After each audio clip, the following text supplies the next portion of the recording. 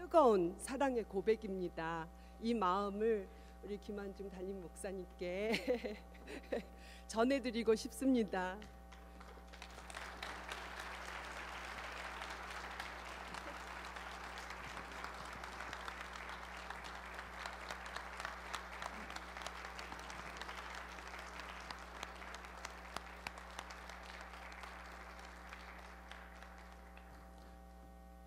오늘 우리 CBS 소년소녀 합창단 공연 잘 보셨죠?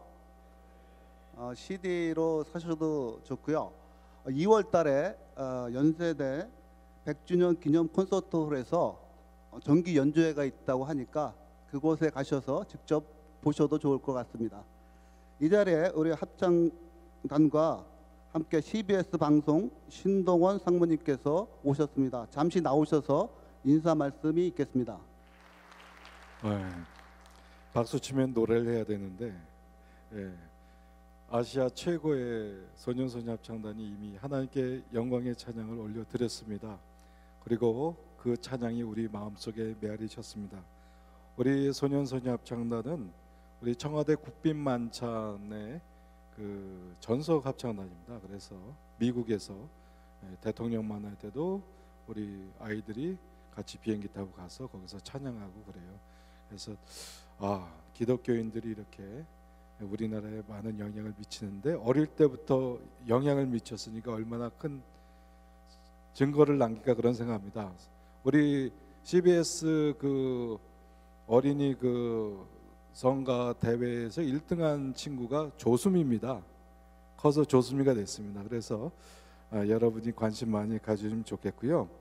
우리 소년소녀 합창단만 최고뿐만 아니고 음악 FM이 대한민국 청취율 최고입니다. 저희 그 음악을 사람들이 많이 듣고 있는데, 그리고 여러분이 잘 아시는 민주화의 기수가 됐던 표준 FM도 있고 또 콘뉴스도 있고 그리고 이제 세바시라는 그런 프로그램도 다 CBS 겁니다.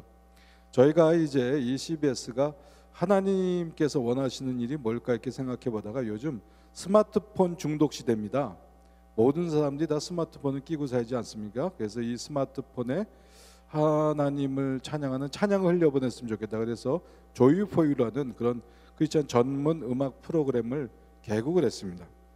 그리고 저희가 작년에 이제 시작한 것이 뭐냐면 가을에 시작한 게 영화는 세상에게 내어줄 것이냐? 아니다. 이제는 영화가 전도다 하는 그런 목표 아래 CBS 시네마라는 그런 부서를 설립하고 그리고 그 일을 통해서 하나님을 증거하려고 그렇게 시작을 하고 있습니다. 그리고 올해 들어서 종교개혁 500주년 기념 사업단을 발족하고 남북 평화통일 교류 협력단을 발족시켰습니다.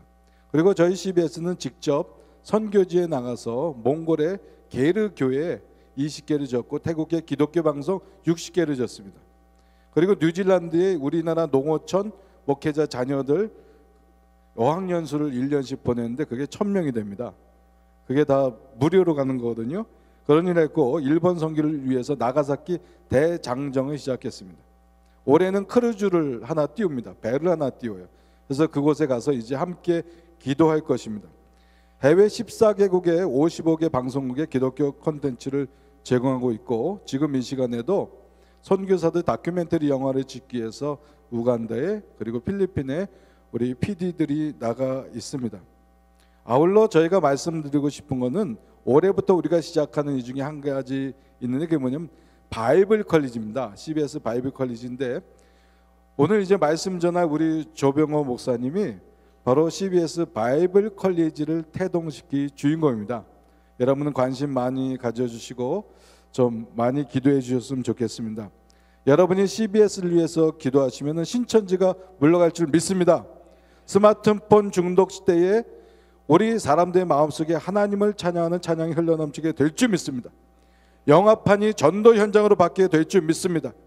한국 교회 개혁과 통일을 앞당길 줄 믿습니다. 이 일에 감리교가 앞장섰으면 좋겠습니다. 저는 이 CBS의 상무이면서 선교TV 본부장 역할을 겸임하고 있습니다. 말하자면은 CBS는 미디어 그룹이기 때문에 CTS 사장과 같은 그런 일을 하고 있는데 사실은 저는 감리교 목사입니다. 새롭게 하소서 PD로 시작을 해서 방송 일을 하다가 아프리카 선교 현장에 가서 선교를 하다가 한국에 와서 담임 목회를 했습니다. 그러다가 이제 새로운 시대를 맞아서 뭔가 하나님께서 원하시는 일을 도모해야 되겠다는 그런 또 하나님의 부르심이 있어서 다시 CBS에 돌아오게 되었습니다. 우리 제가 존경하는 김한중 목사님은 우리 감리교회를 이끌 분인 줄 믿으십니까? 여러분, 목양교회에만 속해 있는 분이 아니고 진짜 감리교를 위해서 목양하실 분임을 믿으시죠? 그리고 우리 오수철 장로님은 CLA 총동문 회장입니다. CBS의 평신도 운동을 일으키는 일에 거일의 주인공입니다. 저는 이 CBS가 결코 여러분과 무관하지 않다는 것을 말씀드리고 싶고, 우리가 함께 합력하여 선을 이룰 때 하나님의 나라가 목양교회를 통해서, 감리교회를 통해서, 그리고 우리 조병호 박사님 하시는 바이블 컬리지 통해서, CBS를 통해서 앞당겨질 줄 믿습니다. 여러분 기도 많이 해주시고 꼭 진짜 관심을 갖고서 저희들 지켜봐 주길 바랍니다. 감사합니다. 자비로우신 하나님, 오늘도 거룩한 주일 말씀을 통하여 은혜 받게 하여 주시고, 이 시간에는 남선교 선교대회로 모일 수 있도록 인도하여 주시니 감사합니다. 지난 한 해도 남선교회를 축복하여 주셔서 조금이나마 인원이 늘어날 수 있게 해 주셔서 감사합니다.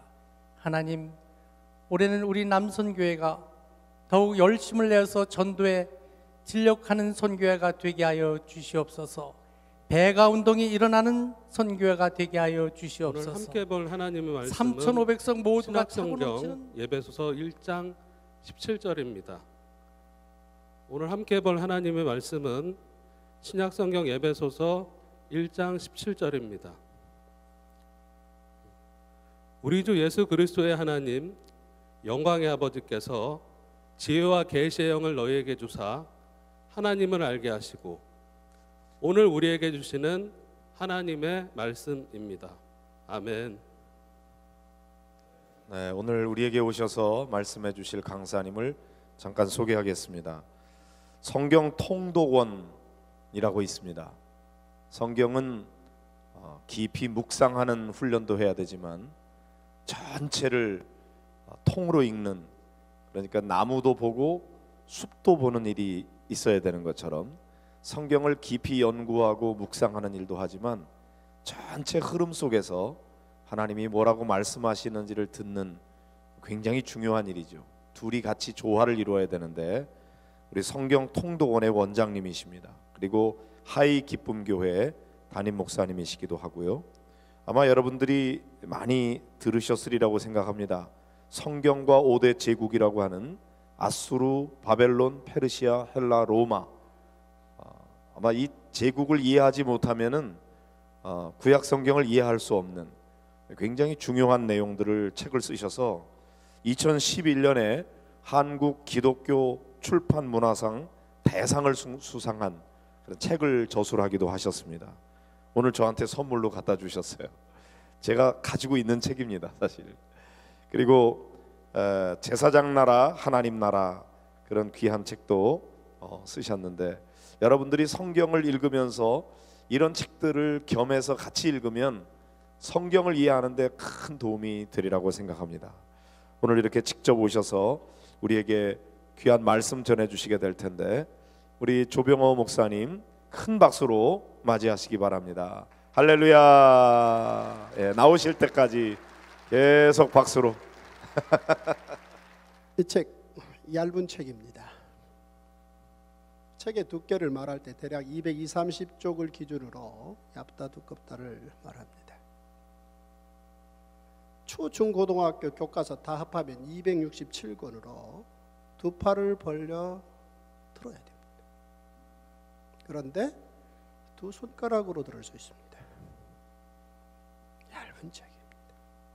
하늘을 두루마리 삼고 바다를 먹물 삼아 하나님의 사랑을 기록한들 다 기록할 수 없다라고 시인은 노래했고, 그 말은 하나님의 무한한 사랑을 다 기록하지 않았다는 겁니다. 압축하고 요약해서 우리에게 선물로 주셨다는 겁니다. 한번 같이 하십시다.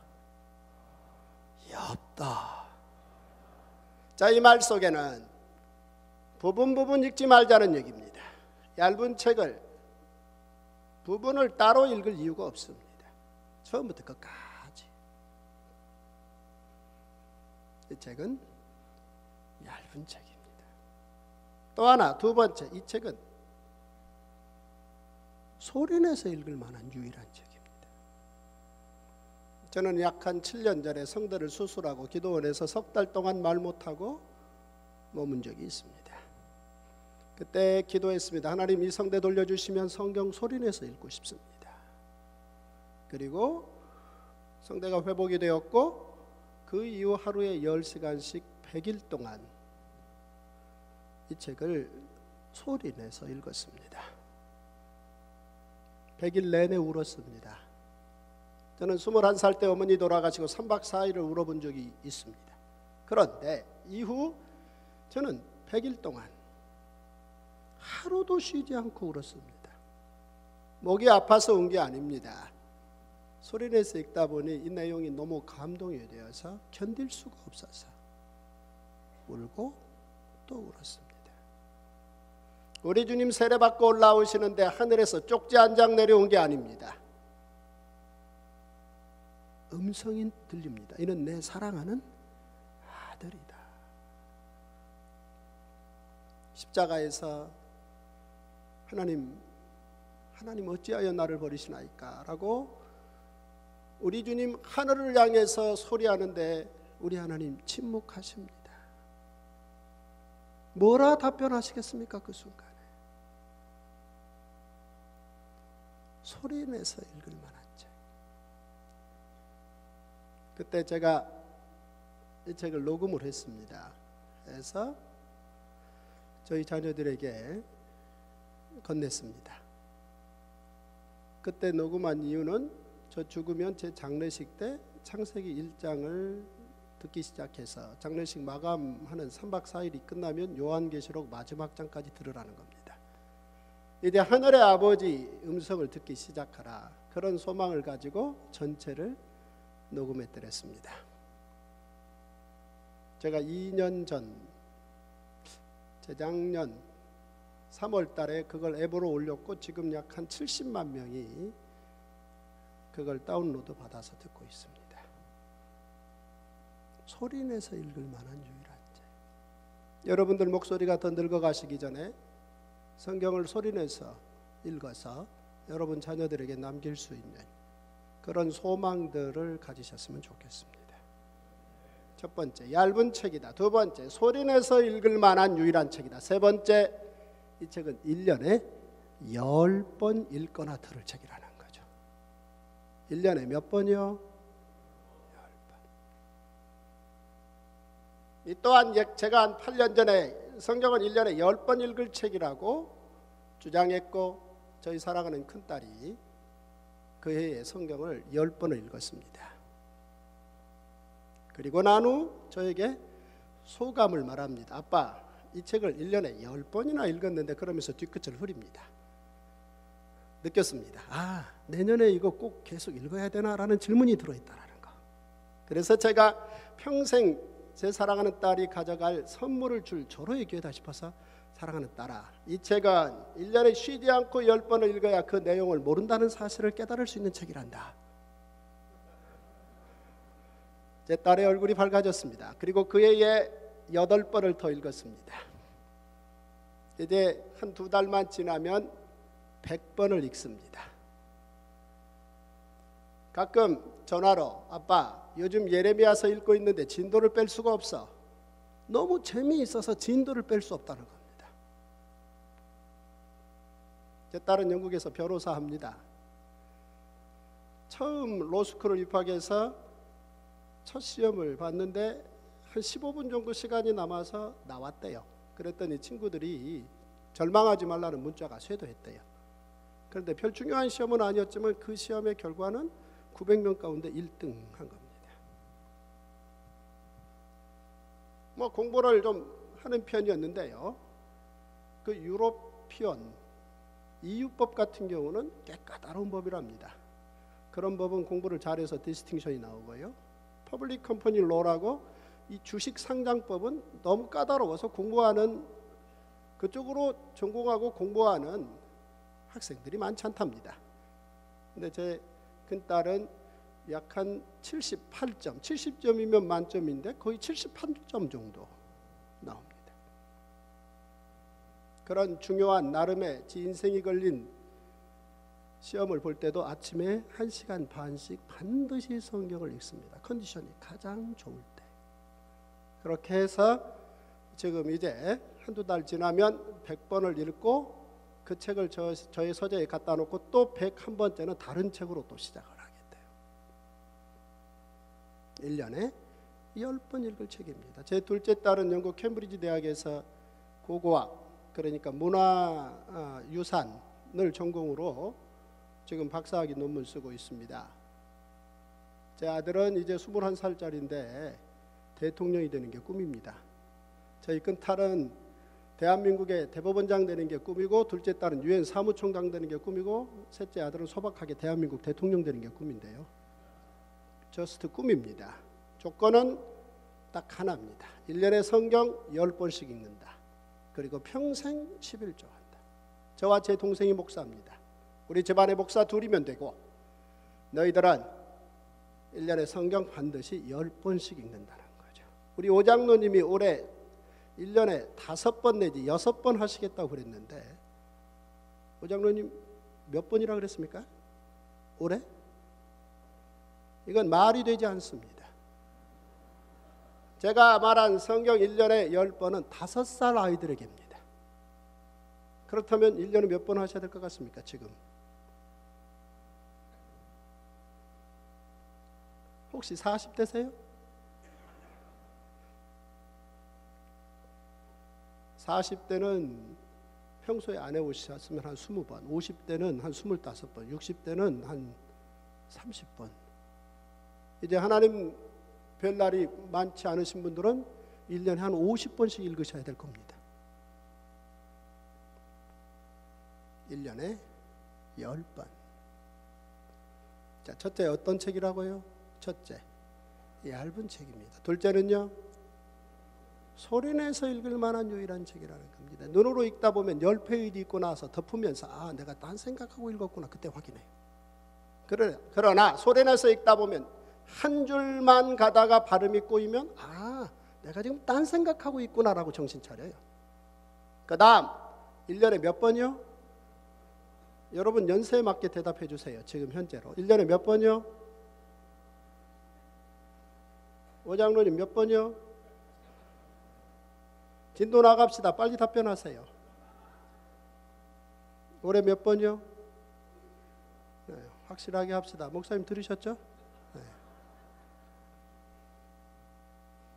1년에 10번입니다. 그 다음 성경은 네 번째, 하나님의 마음이 담긴 책입니다. 세상에.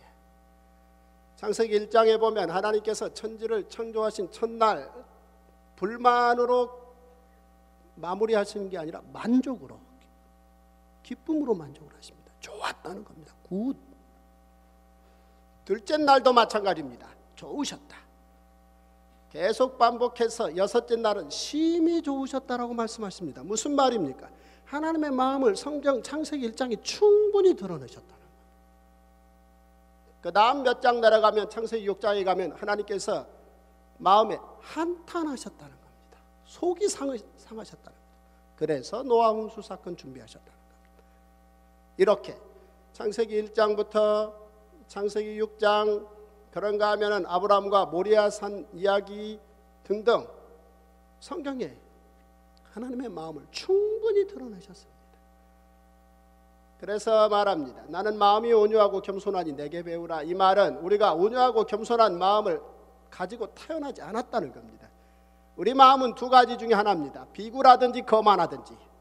어느 사람 앞에는 비굴합니다. 어느 사람 앞에는 거만합니다. 그 두 가지 마음 가지고 하루 종일 평생 삽니다. 그런데 하나님의 마음을 성경을 통해서 만나게 되면 온유하고 겸손한 예수님의 마음을 배워서 우리 마음이 달라질 수 있다는 겁니다. 성경을 통해서 우리 마음을 바꿔야 됩니다. 성경에는 하나님 마음 들어있다. 네 번째 성경은 다섯 번째 성경은 개인, 가정, 나라 이야기라는 겁니다. 한번 함께 해보시겠습니다. 성경은 개인, 가정, 나라 이야기다. 모세 갈대상자 왜 탔습니까? 네 가지 이유 때문입니다. 첫째, 엄마가 태웠기 때문에. 두 번째, 그 민족이 나라를 가지지 못했기 때문에. 세 번째, 애굽이라는 나라가 제국주의 시작하고 있기 때문에. 네 번째, 하나님이 출애굽의 시기를 결정하셨기 때문에. 아버지는 갈대를 잘라서 상자를 만들고 어머니는 곱게 아이를 태우고 누나는 망을 보고 있습니다. 얼마나 이 화목한 가정이 모세 갈대 상자 태우는 일에 지극정성 다하는지 모르겠습니다. 그런데 그 갈대 상자에 타면 아이가 죽을 확률 99.9%입니다. 살 확률이 0.1%밖에 되지 않습니다. 왜 이러는 겁니까?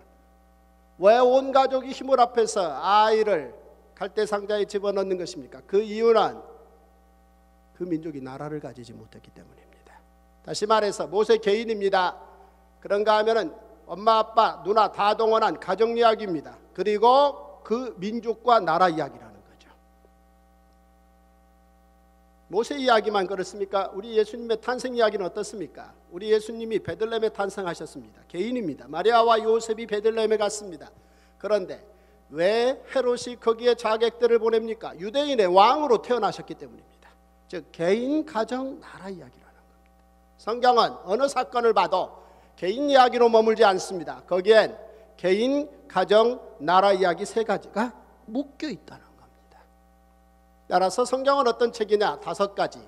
첫째는요, 졸고 계시나요? 첫째, 성경은 어떤 책이라고요?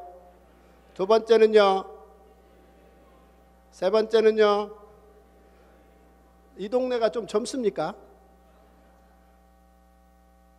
네.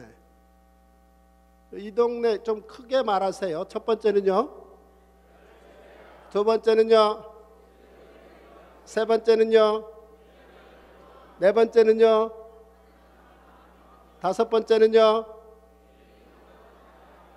자, 성경에 대해서 이 다섯 가지 정도는 5살 아이들에게 가르치자는 겁니다. 왜 5가지냐? 손가락이 5개이기 때문입니다. 왜 5개냐? 5살 때부터 그렇게 배워야 된다는 겁니다. 네가 어려서부터 성경을 알았나니 그랬는데 성경책에 대해서 전체적으로 5살 때 엄마 아빠한테 이 5가지를 들어둔 거죠. 국어책이 어떤 책인지는 굳이 그거 배우고 학교 갈 이유 없습니다. 산수책이 어떤 책인지도 굳이 배우고 학교 갈 필요 없습니다. 하지만 성경이 어떤 책인지는 5살 때 어머니 아버지 무릎 위에 앉아서 이 5가지를 배워야 됩니다. 성경은 어떤 책이냐? 얇은 책이라는 겁니다. 그래서 부분이 아닌 전체를 항상 읽어야 된다는 것입니다. 성경은 어떤 책입니까? 소리내서 읽어야 될 책이라는 겁니다. 소리. 성경은 어떤 책입니까? 평생 한 번 읽다 말 책이 아닙니다. 1년에 10번씩 해서 5살 때 10번 듣기 시작해서 20살이 되면 150번을 듣고 청년의 나이를 시작하는 150번 성경 전체를 읽거나 듣고 신학교 가는, 그리고 농사 짓기 위해서 농대를 가고 수술하기 위해서 의대를 가는 5살 때 10번씩. 자, 그리고 성경은 어떤 책입니까? 내 마음 나도 모르는 게 아니죠. 우리 주님의 온유하고 겸손한 마음을 배워야 됩니다. 어디서 마음 배웁니까? 마음 수련장에서의 어림없는 소리입니다. 하나님의 마음을 배워야 됩니다. 그 다음 성경은 어떤 책입니까? 내 개인 문제, 가정 문제, 우리 나라 문제, 다 그 문제 성경 안에서 다 답이 있다는 겁니다. 성경에 대한 5가지 생각, 기초입니다. 기초가 튼튼해야 됩니다. 자, 이제 영성에 대한 5가지 생각 살펴볼 것입니다. 혹시 들어오시면서 종이 한 장 나눠드렸는데 받으셨나요? 네.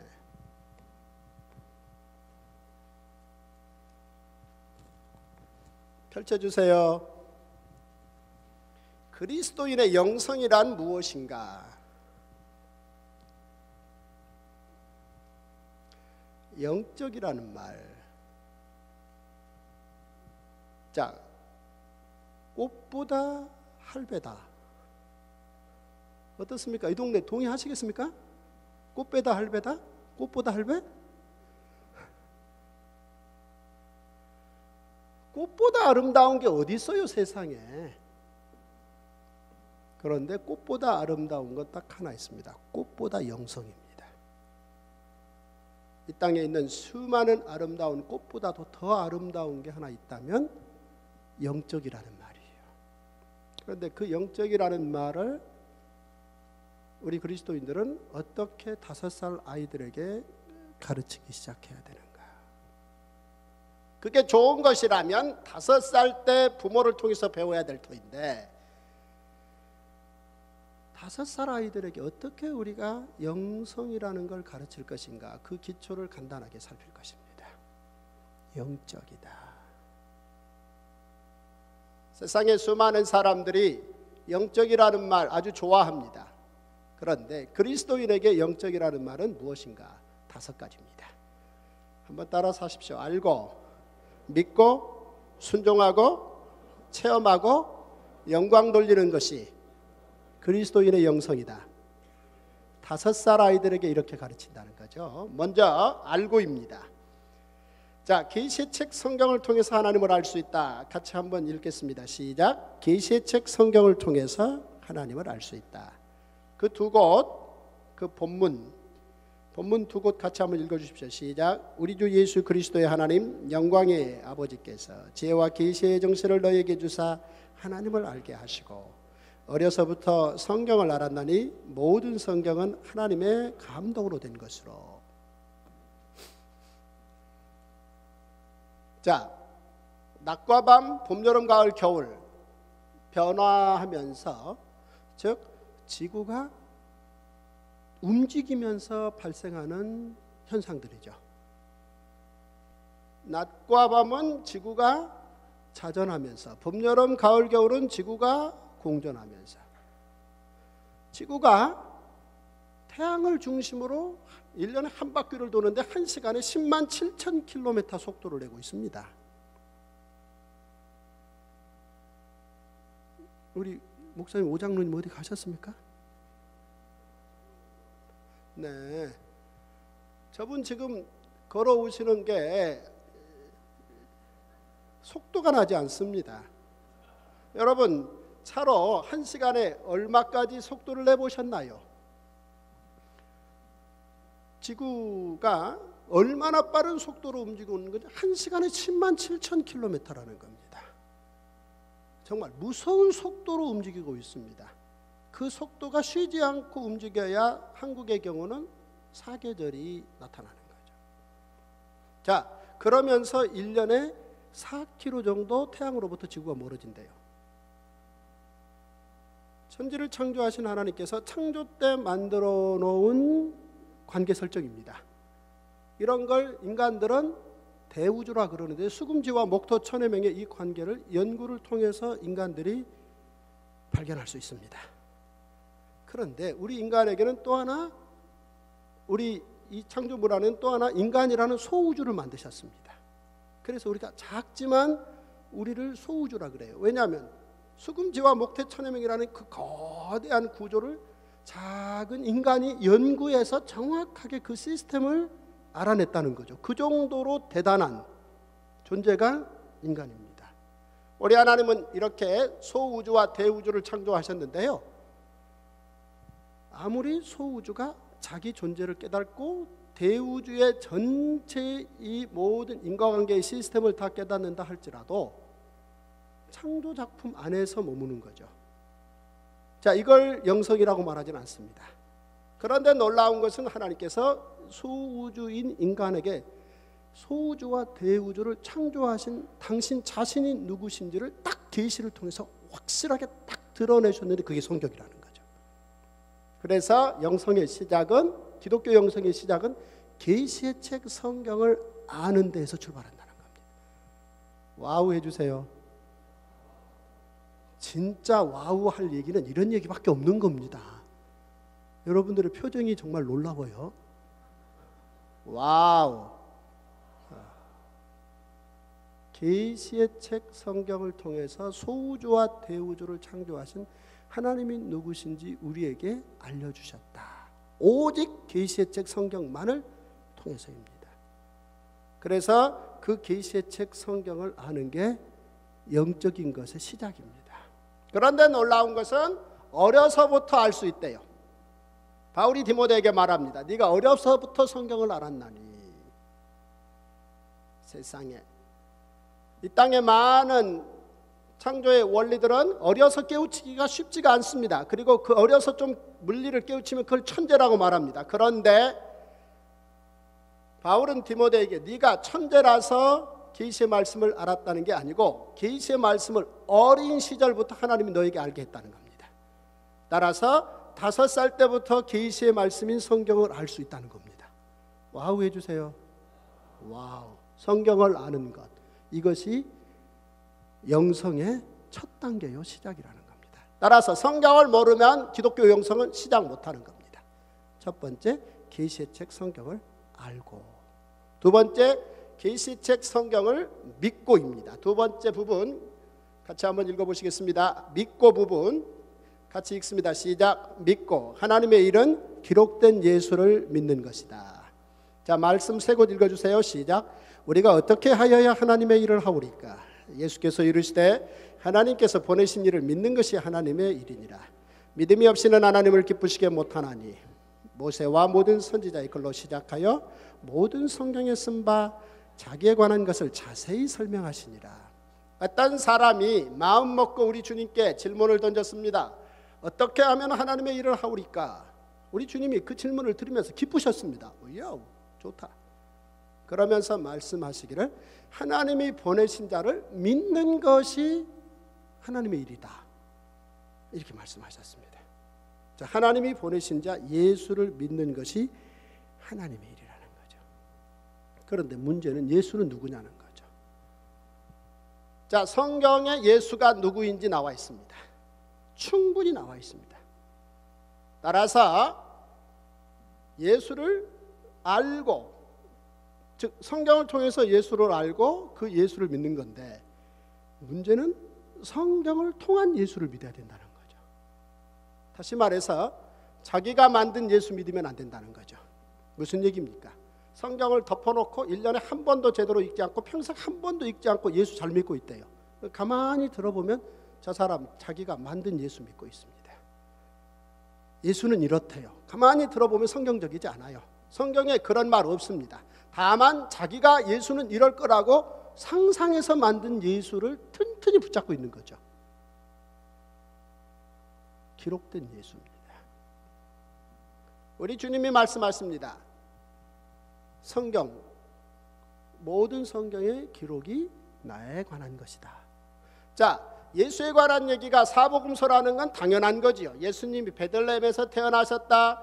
예수님이 십자가에서 갈보리산 십자가에서 못 박히셨다. 감람산에서 승천하셨다. 다 사복음서가 예수 이야기라는 건 오케이죠. 그런데 우리 주님이 말씀하시기를 모든 성경은 나에 관한 기록이다. 여기에서 모든 성경은 어디를 일컬어 지칭함이죠? 모든 성경은, 여기에서 말한 모든 성경은 어디를 말함입니까? 오장로님 이 답변 제대로 하실지. 여기서 말한 모든 성경은요?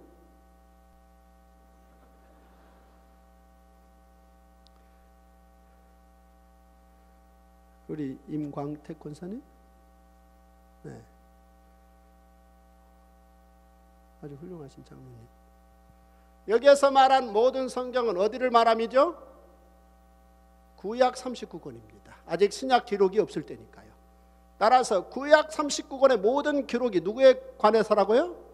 예수 당신에 관한 기록이라는 겁니다. 따라서 구약 39권을 제대로 읽지 못하면 사복음서를 읽을 수 없다는 얘기가 됩니다. 구약을 덮어놓고 신약만 읽는다. 너 뒷이야기를 너무 모르고 예수로 오는 거죠. 우리가 기록된 예수, 성경에 기록된 예수를 얼마나 말할 수 있는가? 한번 따라서 해보시겠습니다. 말로 말할 수 없으면 아직 모른다는 거다. 덮어놓고 예수에 대해서 말로 쭉 이야기할 수 없으면 아직 예수 잘 모른다는 겁니다. 난 충분히 들었다, 그래서 알고 있다, 그러면 얘기해 보시오. 근데 설명은 안 돼. 솔직하게 말씀드리면 아직 잘 모르시는 겁니다. 말로 설명할 수 있어야 됩니다. 무슨 얘기입니까? 기록된 예수를 믿는 게 영성의 두 번째 이야기입니다. 한번 함께 해보시겠습니다. 내가 만든 예수가 아닌 기록된 예수를 믿는다. 그 기록된 예수를 믿을 때 우리 하나님이 기뻐하시는 겁니다. 내가 만든 예수 믿는 걸 하나님이 기뻐하시는 게 아니고, 그게 하나님의 일이 아니고, 성경에 기록된 예수, 그 예수를 열심히 공부해서 그 예수를 알고 그 예수를 믿을 때 우리 하나님이 기뻐하시는 것이다. 꼭 기억하시고, 영성이란 첫째, 계시의 책 성경을 아는 거다. 두 번째, 기록된 예수 믿는 거다. 그럼 세 번째는요? 세 번째 같이 한번 읽어주시겠습니다. 같이 읽습니다. 시작. 본문 같이 읽어주세요. 시작.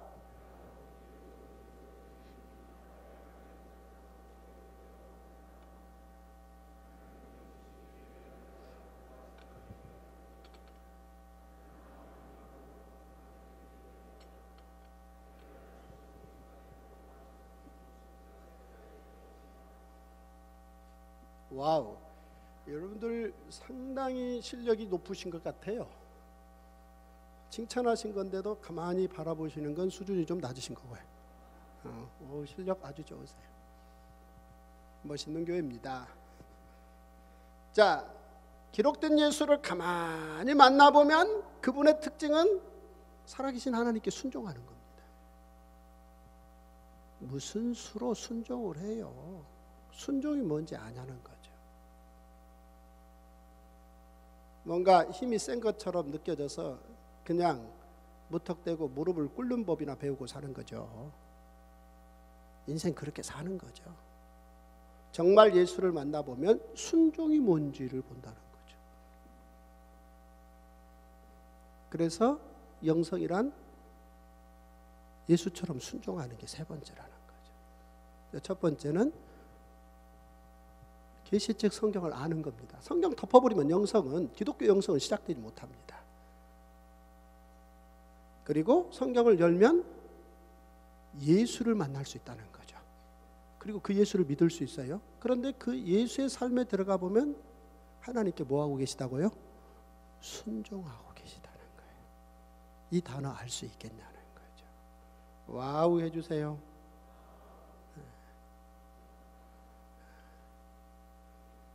이 단어 모르고 평생 교회 다니시는 분들 많아요. 예수님의 삶의 순종 이야기가 뭔지를 모르시는 분들.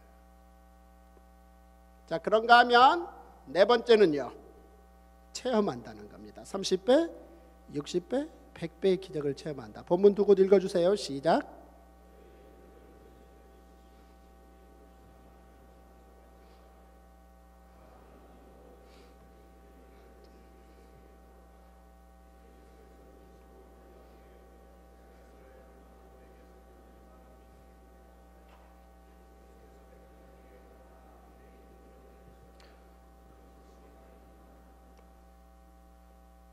가나안의 4개의 도시 연합국이, 가나안의 이 5개 도시 연합국이 아수르의 4개의 도시 연합국과 싸워서 져버렸습니다. 진다라는 것은 이긴 자들이 다 원하는 대로 뒤처리한다는 것이고, 가나안의 4개 연합국은 소돔과 고모라부터 시작해서 좋은 것, 사람이건 물건이건 다 끌어갔고 이미 끝난 겁니다. 이 뒤끝을 지켜본 아브라함이 아무래도 이거 좀 바꿔야 되지 않겠는가라는 생각을 해서 318명 데리고 가서 밤에 야습을 해서 가나안 도시연합국 5개국이 져놓은 전쟁을 뒤집어서 승리해 버렸습니다.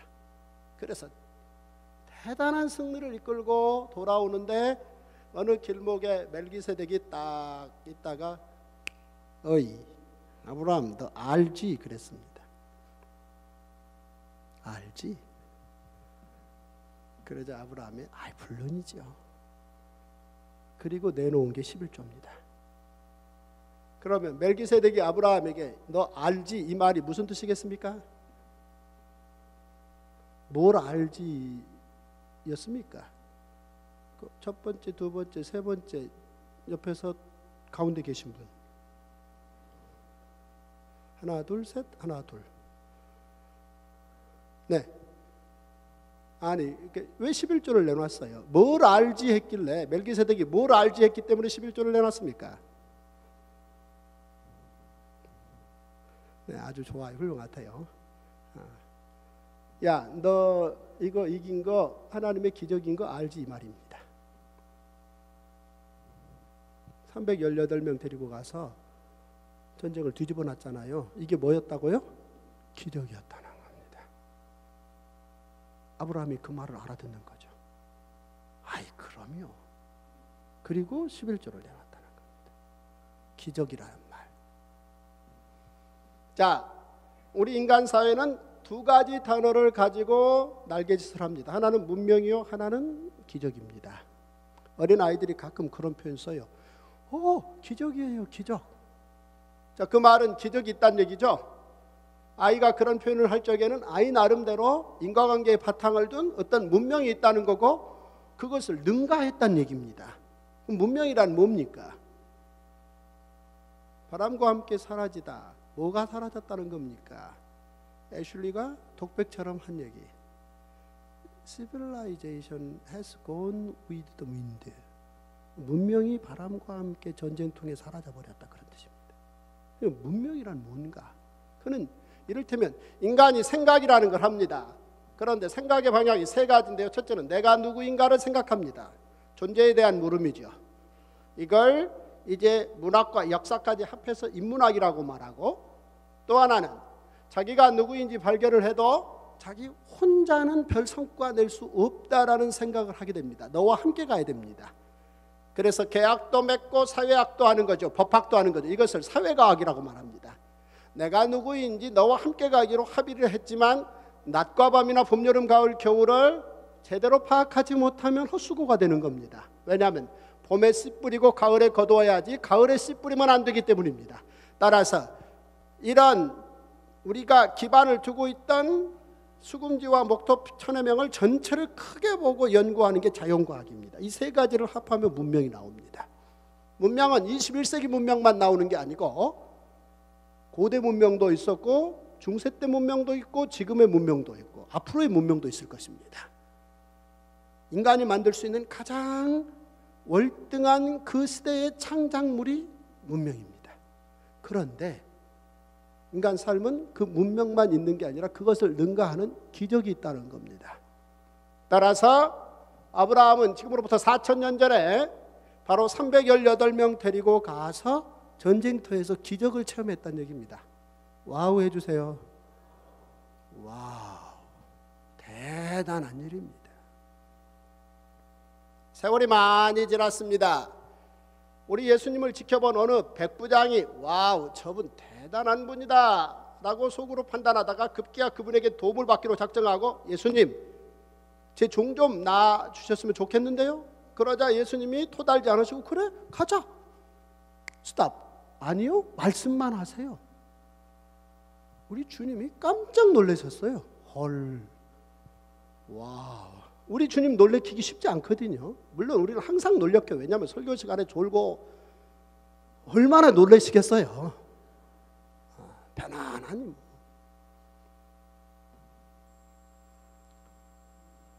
이 백부장이 집에 가봤더니 그 순간에 나아 있습니다. 기적은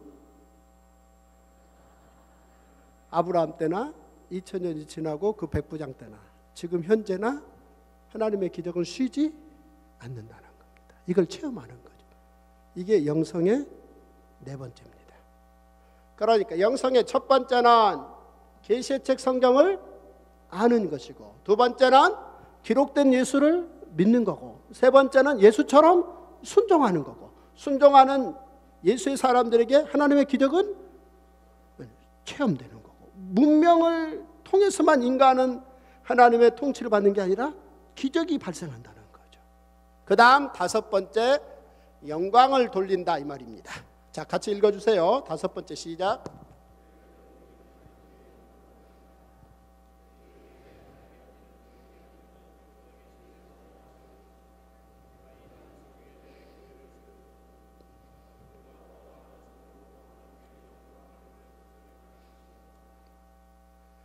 자, 우리 예수님이 베드로, 요한, 야고보를 비롯해서 예수님의 제자들을 데리고 어느 한적한 곳에 가서 말문을 여셨습니다.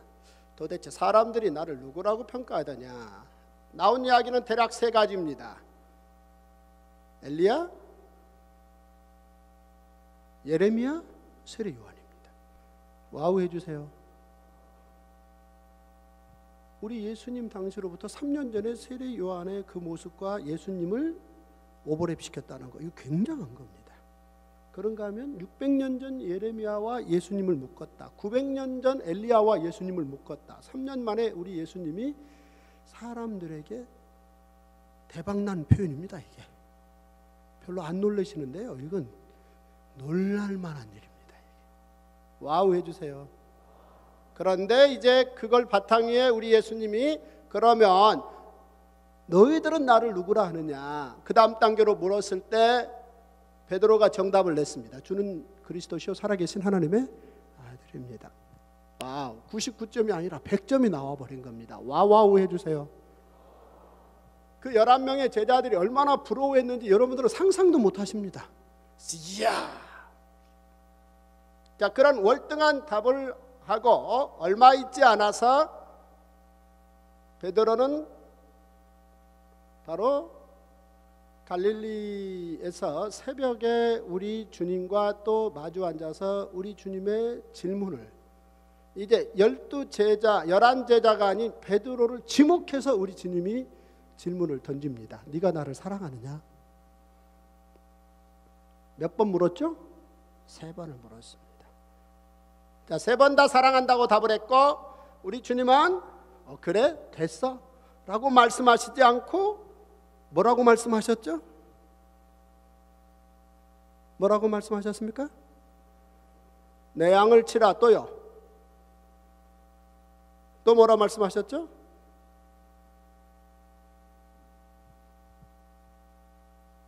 네가 지금까지는 자유롭게 다녔으나, 생각나십니까? 네가 젊은 날에는 자유롭게 다녔으나 앞으로는요 허리에 띠띠고 다닐 거다, 그렇게 말씀하셨죠? 제 성경에는 있던데 여러분 성경에도 이런 얘기 있으세요?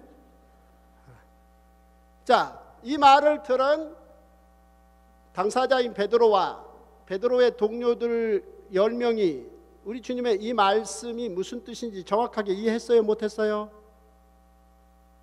못했다고 얘기해 주세요. 무슨 말인지 이해 못했습니다.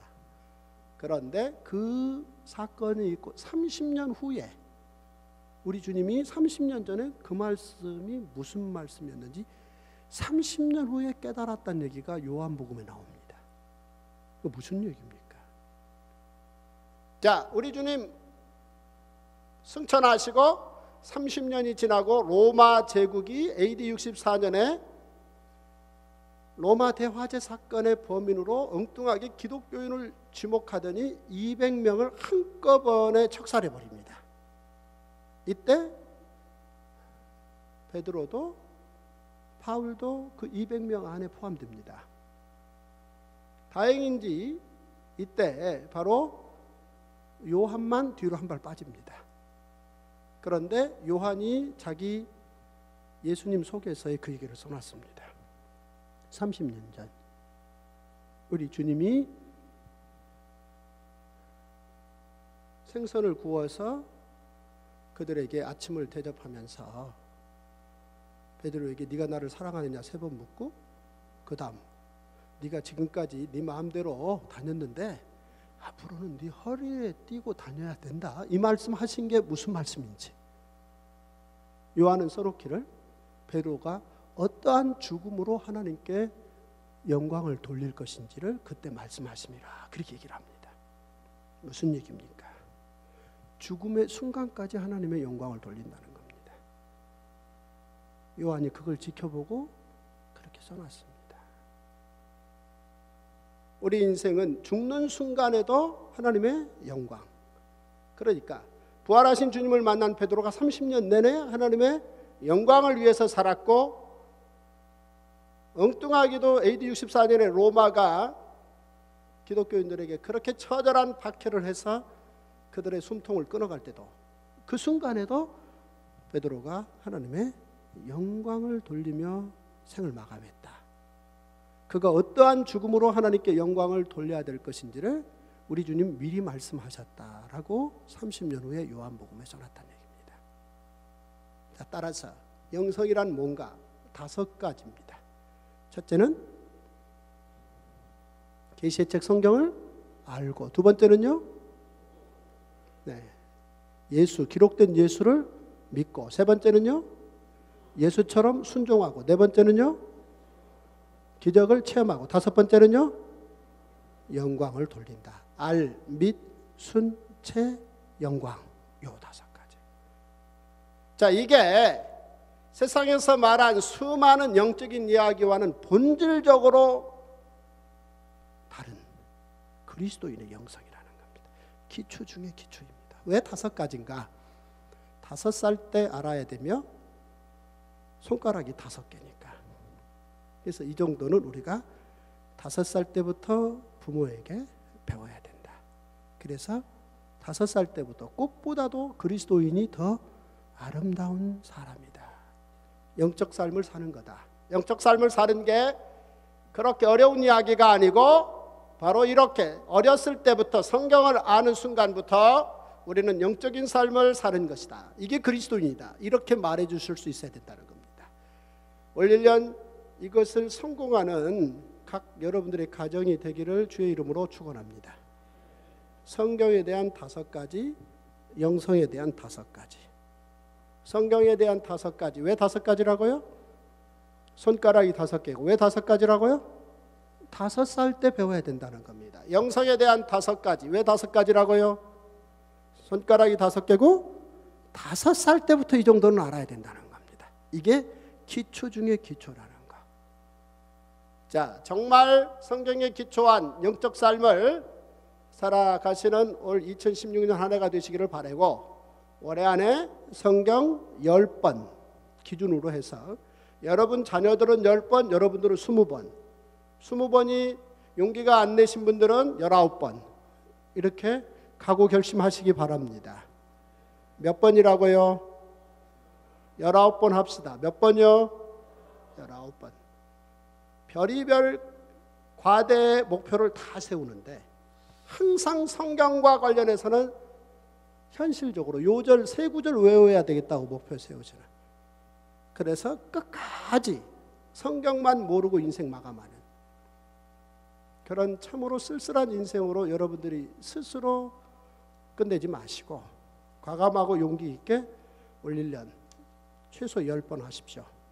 들을 수 있으면 들으시고 1년에 한 번 정도는 읽으시고, 그렇게 해서 정말 이 멋진 교회가 올 연말에 성경 최소 10번 가까이 읽으신 분으로 가득 차지는 역사가 있기를 소망합니다. 우리 목사님 보이니까 참 멋있어요. 같이 또 뵙고 싶어요. 우리 목사님 또 뵙고 하십시다. 네. 그래서 그렇게 해서 여러분들의 뒷이야기를 듣겠습니다. 이후에 이분들이 성경 많이 10번씩 합디다 이런 얘기 들었으면 참 바람이 없겠습니다. 기도하겠습니다. 좋으신 아버지 하나님, 결국 성경 한 권이면 충분하다라는 것을 올 연말에 가서 새삼 깨닫는 귀한 한 해가 될 수 있도록 인도하여 주시옵소서. 우리 남은 생이 성경 한 권이면 충분하다는 생각으로 정리가 되고, 우리가 세상 마감하면서 우리 자녀들에게 다 말을 접고 성경 한 권이면 충분하더라 라고 우리 자녀들에게 유언을 남기고 세상 마감하는 멋진 목양교회 성도님들 다 되실 수 있도록 축복하여 주시옵소서. 존귀하신 예수님의 이름으로 기도합나이다. 아멘.